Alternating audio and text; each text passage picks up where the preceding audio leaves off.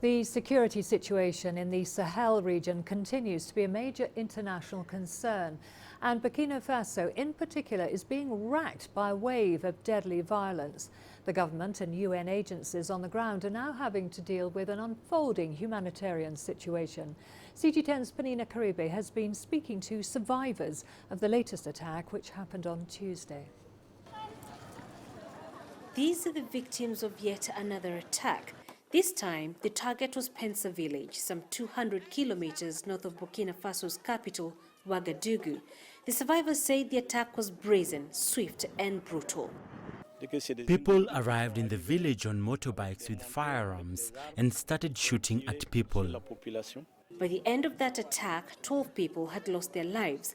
For the next 24 hours, reports suggest the bodies lay abandoned in the village, with nobody daring enough to go collect them.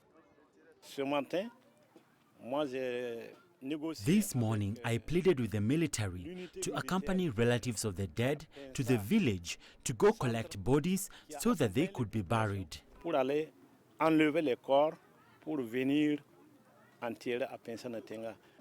lucky ones managed to make their way to Kaya town, some 150 kilometers from Peninah village. Safura Kontonde is one of them. Her husband was away at the time of the attack. Her neighbors helped her carry her 7 children and few of their belongings. When we arrived here, someone offered us a place to spend the night before we could get a permanent solution. We were given tents, but my husband is away, so there's no one to provide financial assistance. This piece of land was fenced off by the owner with the intention of constructing a private school. Now it has turned into a makeshift displacement camp. There is no running water, no toilets, not even access to basic healthcare services. But this has now become home to hundreds who've now been displaced, and they continue to trickle in here. The UN Refugee Agency has been working around the clock, receiving the IDPs. Over 400 people have so far been registered by the UNHCR at this makeshift camp, and more are expected in the coming days after they complete the long trek from the affected village. As evening falls, they get ready for the night. The men hurriedly trying to complete construction of what will now be their new homes. Those like Safura, whose husbands are not here, will have to spend the night on the bare ground, now rendered homeless in their own country. The government should first and foremost increase security personnel in these regions of the country. They should have strategic points in the villages where security forces are stationed to be able to respond better to attacks. Such safety concerns have become commonplace, and these Burkinabes are hoping the insecurity currently plaguing the country will be addressed with finality. Peninah Karibe, CGTN, in Kaya, Burkina Faso. Well, we can join Peninah now. She is in Kaya town. Peninah, has the security situation in northern Burkina Faso improved? Oh, Karen, that is still a very big concern in the country. The security situation still very much volatile.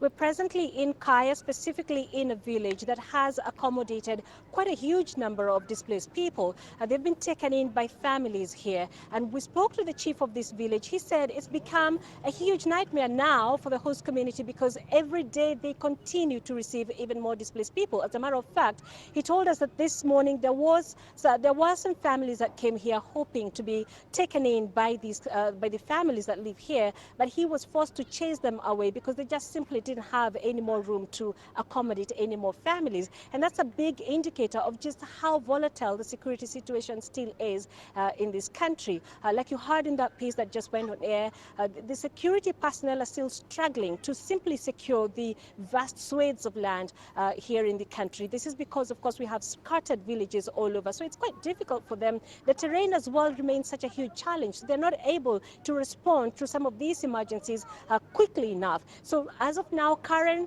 it is still a huge concern. So, Peninah, as you're painting a picture there that they are actually struggling to cope. What precisely are they able to do to help these people who are seeking refuge? Well, you know, as of this minute, Karen, the very first response these displaced people are getting is from the host communities of the areas to which they're fleeing.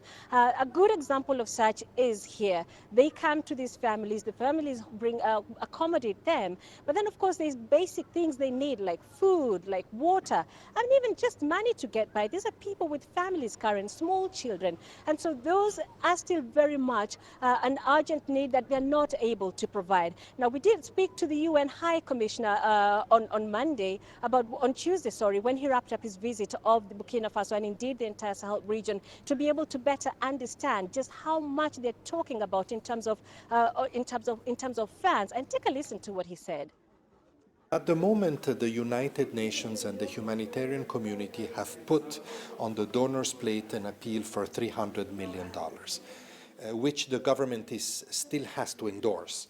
But I believe that most likely this figure will increase in the next few months. And you know, he was really correct. That figure continues to rise. When he talked to us that Tuesday, he did say that really he's toured the Sahel region, the countries that have been affected by this violence. But Burkina Faso is really the most affected. The violence continues unabated. So many families getting displaced almost on a daily basis. And so an urgent need to cope with what it is they need, those emerging needs, Karen. That is where the biggest headache, and not just really for the displaced or the host communities, but also for the government and international community is.